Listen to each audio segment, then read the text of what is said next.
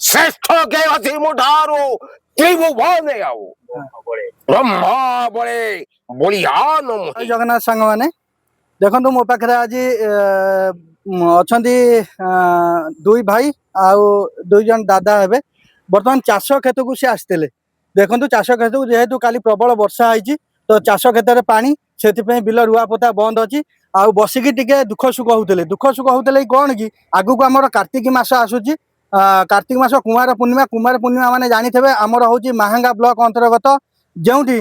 जन्मग्रहण करते गणकवि वैष्णव पाणी मुकुट विहीन गणकवि वैष्णव पाणी तो आगू को कौन गीतिनाट्य हम तापर आज सी कौ बही करेंगे आज सी चर्चा कले आलोचना पर्यालोचना कले तो आसतु आमर जड़े दादा अच्छा निजे नाट्य निर्देशना दिखती निजे भी कलाकार सी दादा को पचार गीतिनाट्य विषय आम गणकवि वैष्णव पाणी विषय से कौन कहे कौन सी बही से गोटे अभिनय कर मंच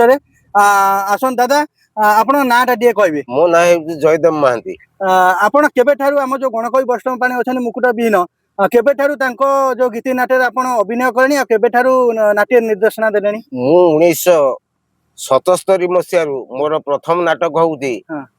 प्रहलाद चरित्र 1990 ठारू मु बहुत नाटक रे गीति नाट्य रे निर्देशना दे आछि एबे सरकार तरफ मु कलाकार भत्ता पाउ विभिन्न प्रकार आपण गीति नाट्य रे आपण अभिनय करछथि आपण की अभिनय करंती मु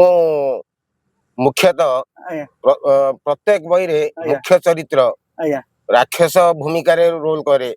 तापरे पौराणिक गीतिनाट्य महाभारत तरफ दुर्योधन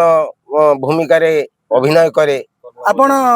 राज्य आम राज्य करंती ना राज्य बाहर को राज्य बाहर आमे कुरुक्षेत्र को जाइथलु एठी कर्णबद्ध अभिनय करथलु मु सेठी नाट्य निर्देशन गोटे हमर